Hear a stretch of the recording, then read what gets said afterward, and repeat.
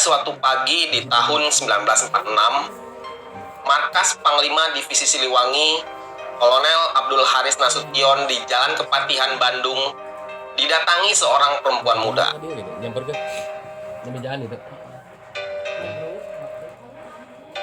Perempuan itu datang dengan menunggang kuda. Tanpa banyak cakap, perempuan muda itu langsung masuk ke dalam markas dan menemui Nasution. Kemudian, dia meletakkan sebuah bungkusan ke atas meja sang panglima. Nasution yang kaget kemudian semakin terperanjat begitu membuka isi bungkusan yang dibawa serdadu perempuan itu. Di dalam bungkusan itu nampak sepenggal kepala perwira muda Gurkha yang masih segar, lengkap dengan pita-pita tanda kepangkatannya. Perempuan muda yang memenggal kepala perwira Gurkha ini adalah Susilawati. Dia adalah prajurit Mojang Bandung yang tergabung dalam Laskar Wanita Indonesia atau LASWI. Kisah ini diceritakan oleh Jenderal Nasution dalam bukunya Memenuhi Panggilan Tugas Jilid 1, Kenangan Masa Muda. Sejak kejadian itulah Nasution menjadi paham bahwa para Mojang Bandung sangat pemberani, militan, dan nekat. Sebelumnya, para pejuang di Bandung sempat jengah dan meremehkan kehadiran para laskar perempuan yang ikut bertempur di medan perang. Para pejuang lelaki menganggap bahwa laskar wanita hanya akan merepotkan saja di medan pertempuran. Tapi, Susilawati membuktikan bahwa LASWI mampu bertempur dengan ganas, bahkan bisa mengalahkan pasukan Gurkha, tentara bayaran yang di dunia terkenal sangat kuat, sadis, dan tak kenal takut itu. Susilawati sendiri kemudian secara sukarela terkadang menjadi pengawal Nasution dalam setiap kegiatan divisi Siliwangi. Selain Susilawati, ada seorang laskar perempuan yang tak kalah garang dan terkenal sebagai tukang penggal kepala Gurkha. Namanya Willy Sukirman.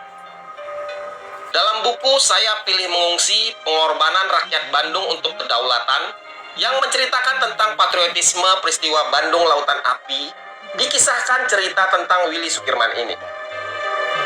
Ketika bertempur, Willy mengamuk bagai harimau betina yang terluka.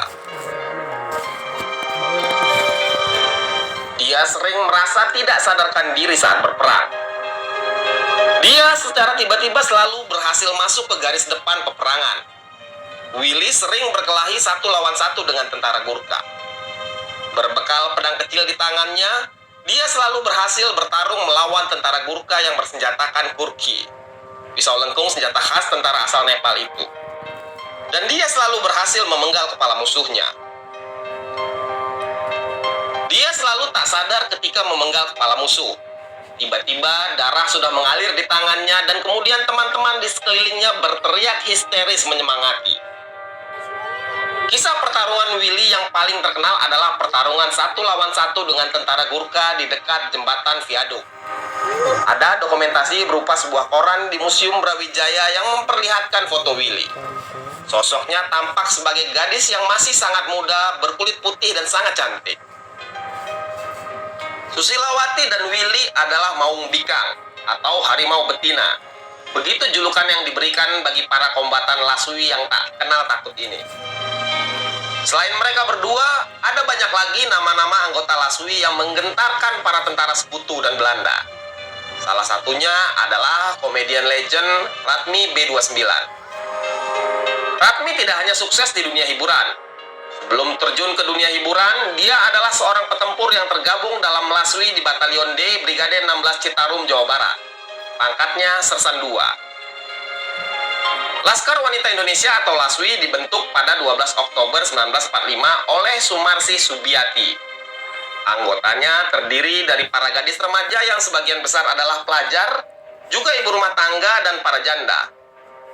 Tak hanya di Bandung, anggota LASWI juga tersebar di beberapa daerah di Jawa Barat seperti di Ciamis dan Banjar. Pembentukan LASWI ini dimaksudkan untuk membantu para kaum pria berjuang di garis depan maupun garis belakang. Sebelum terjun ke kancah perang, para anggota LASWI dilatih secara fisik dan mental seperti latihan baris berbaris, cara menggunakan senjata, taktik gerilya, kepalang merahan, dan bahkan intelijen. Ada kisah menarik dari Sumiarsi Subiati, sang pendiri LASWI ini. Pada suatu hari, tanggal 17 Desember 1945, saat Kongres pertama Perwari, Persatuan Wanita Indonesia, terjadi perdebatan dan saling lempar argumen di antara para anggota Perwari. Kongres itu kemudian menjadi sangat bertele-tele. Alur pembicaraan semakin tidak jelas. Sebagian peserta saling lempar argumen dan tidak mau mengalah. Lalu, tiba-tiba terdengar suara lantang yang terkesan sangat galak dari barisan belakang. Terlihat seorang perempuan bersepatu lars, berseragam hijau lengkap dengan pistol di sisi kanannya, berdiri menegur para perempuan yang saling berselisih itu. Pakaian yang dikenakannya sangat kontras dengan kebaya dan selendang yang dikenakan para perempuan lain dalam Kongres Perwari itu. Dia adalah Sumarsi Subiati, pemimpin Laskar Wanita Indonesia. Dia berkata, "Ibu-ibu, mengapa hal yang kecil-kecil dibicarakan sampai berlarut-larut? Ingat, ini masa perjuangan, masa revolusi. Di garis depan, kalau sesuatu soal tidak dapat dibicarakan dan diselesaikan dengan mulut, kami selesaikan dengan senjata." Begitu tegas Sumarsi. LASWI bukan laskar main-main. Para anggota LASWI adalah laskar yang terdiri dari para mojang Bandung yang terkenal sangat militan dan pemberani dalam pertempuran melawan Nika dan sekutu. Ini adalah foto yang diambil oleh fotografer pejuang Frans Mendur.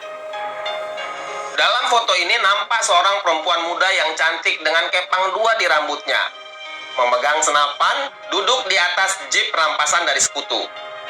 Dia adalah salah satu maung bikang anggota LASWI. Namanya Tuti Amir Kartabrata. Tuti adalah kader militer Husin Wangsaat Maja, instruktur militer TKR di Bandung. Kelak, Husin menjabat sebagai wali kota Bandung periode 1978-1983. Saat itu usia Tuti baru 15 tahun. Di mana-mana, anak-anak muda mengangkat senjata dan pekik merdeka kerap terdengar setiap saat di sudut-sudut kota Bandung. Gema proklamasi kemerdekaan Republik Indonesia pada 17 Agustus 1945 telah membangkitkan semangat revolusi pemuda-pemudi di Bandung. Berbekal semangat perjuangan itu, Tuti ingin bergabung dalam perjuangan melawan sekutu. Awalnya, Tuti tidak diizinkan oleh orang tuanya bergabung dengan LASWI. Tapi dia pergi diam-diam kemudian bergabung dengan laskar pimpinan Sumarsi Subiati itu. Dan akhirnya, sang komandan mengetahuinya. Tuti lalu diperintahkan oleh Sumarsi untuk pulang meminta izin kepada orang tuanya. Dengan ditemani Nani Sumarni, salah satu kawannya yang sudah resmi menjadi anggota LASWI, Tuti kemudian menemui orang tuanya untuk kembali meminta izin. "Saya ancam orang tua saya. Jika tidak diizinkan, maka saya akan meledakkan granat yang ada di saku celana saya." Begitu kenang Tuti dalam sebuah wawancara. Takut dengan ancaman itu, orang tua Tuti pun akhirnya luluh juga.